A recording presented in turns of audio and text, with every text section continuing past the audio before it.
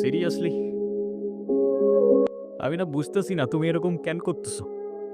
আচ্ছা তুমি আমাকে বলো, বিএসসির জন্য আমার কানাডাতে স্কলারশিপ সহ সবকিছু রেডি ছিল। তুমি বললে এখন গেলে নাকি আমি তোমাকে হারাবো, তোমাকে অন্য কোনো ছেলের সাথে বিয়ে দিয়ে দিবে। ওকে ফাইন, আমি সবকিছু ক্যান্সেল করলাম। তারপর তুমি বললা তোমার বাবা বলছে যে বেকার কোনো ছেলের সাথে বিয়ে দিবে না।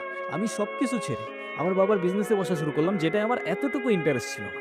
আমি আমার সব ইচ্ছা ছেড়ে তোমার জন্য পারফেক্ট হওয়ার চেষ্টা করলাম, তারপর কিসের কমতি থেকে গেল যে তুমি আজকে এঙ্গেজমেন্ট রিংটা ফেরত দিয়ে দিচ্ছ?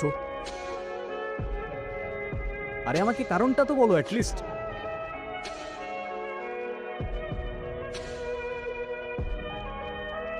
কোনো কারণ নেই।